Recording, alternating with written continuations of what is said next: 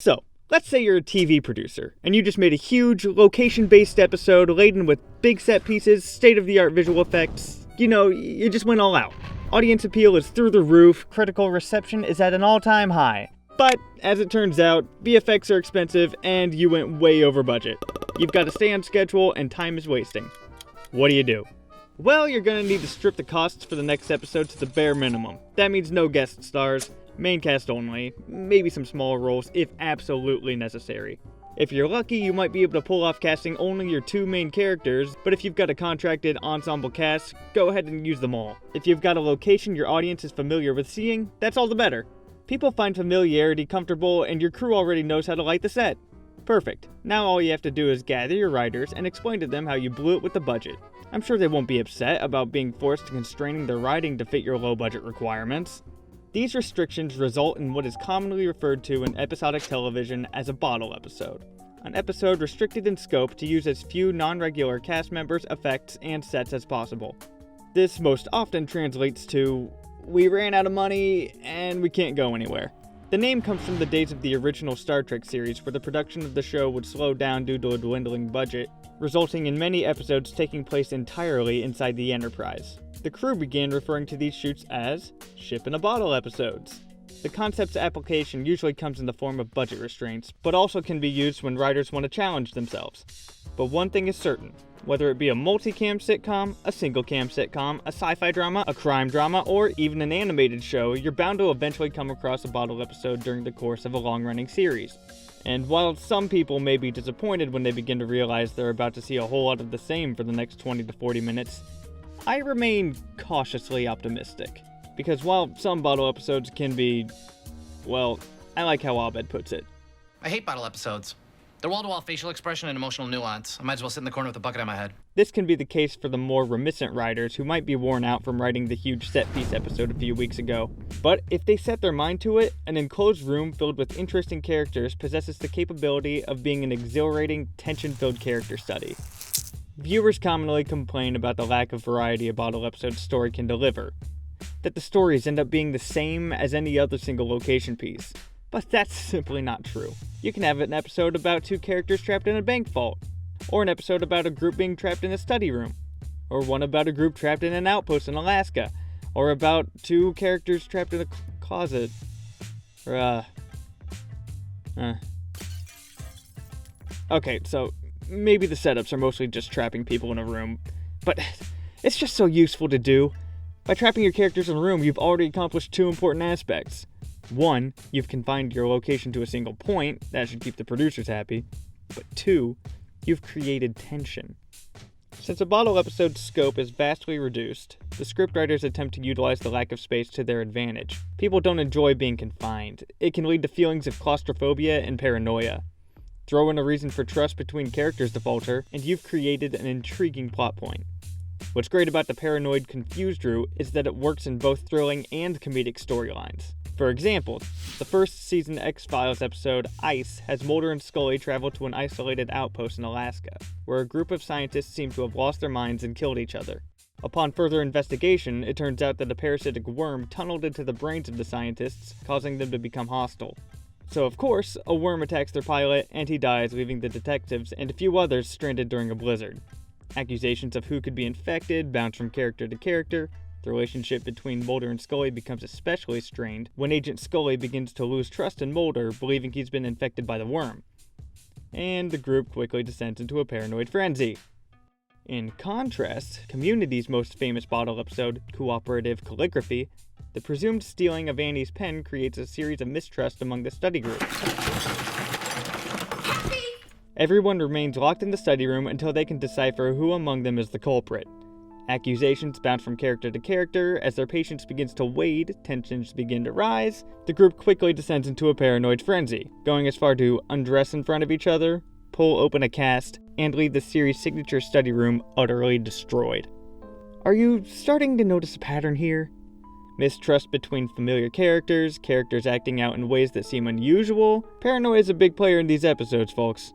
The Community episode's utilization of paranoia as a way to get the characters to attack each other directly coincides with some decisions made in the X-Files episode.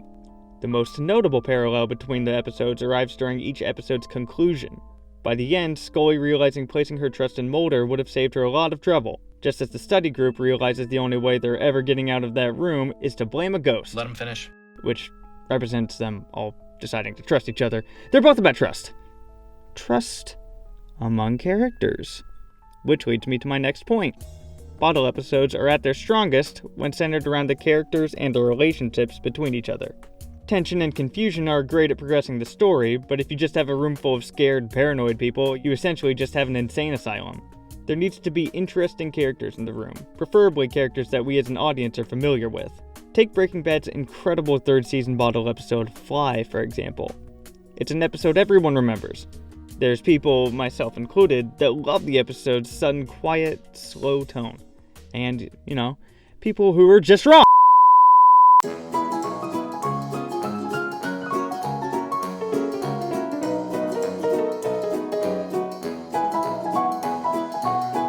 See, the episode takes place about 2 episodes after Jesse and Walt begin working together again. We don't really have the best understanding about how either feels about their current situation or about each other until this episode. It involves only the 2 of them, and one pesky little fly.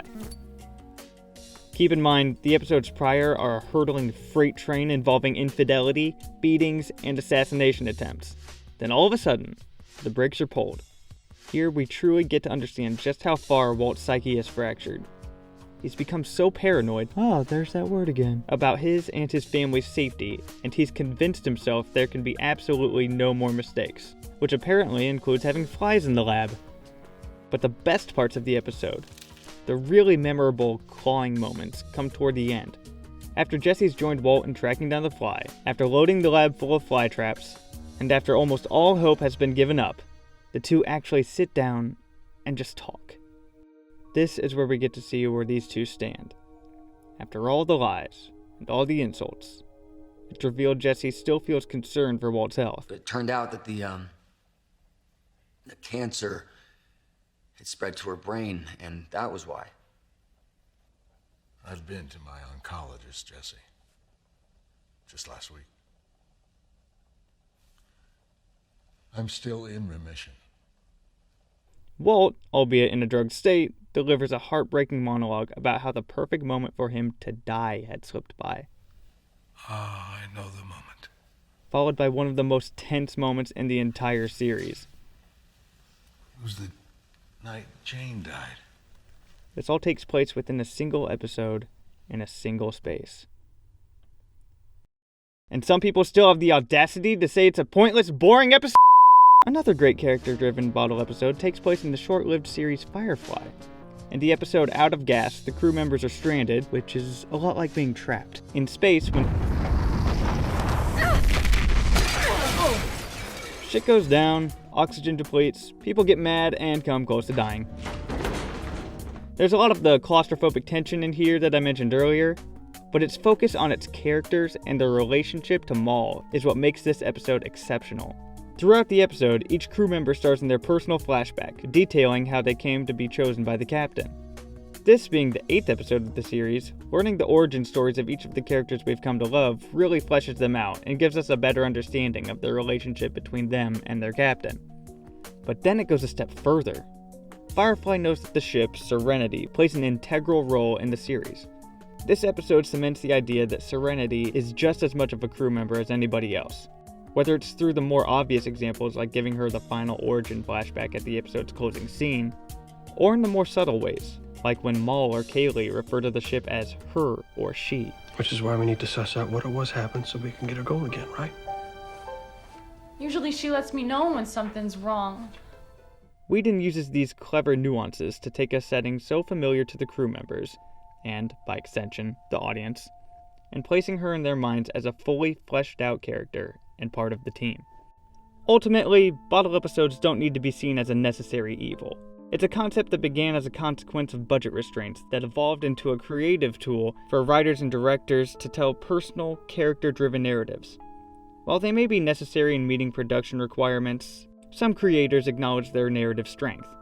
It's why McFarlane decided to make the unexpectedly straightforward and more seriously toned Family Guy bottle episode, Brian and Stewie. It's why the sitcom Friends included a bottle episode in every season following the season 3 bottle episode, the one where no one's ready. Bottle episodes may have began as a consequence of budget restraints, but with proper care and a talented crew, they can become something a little more special.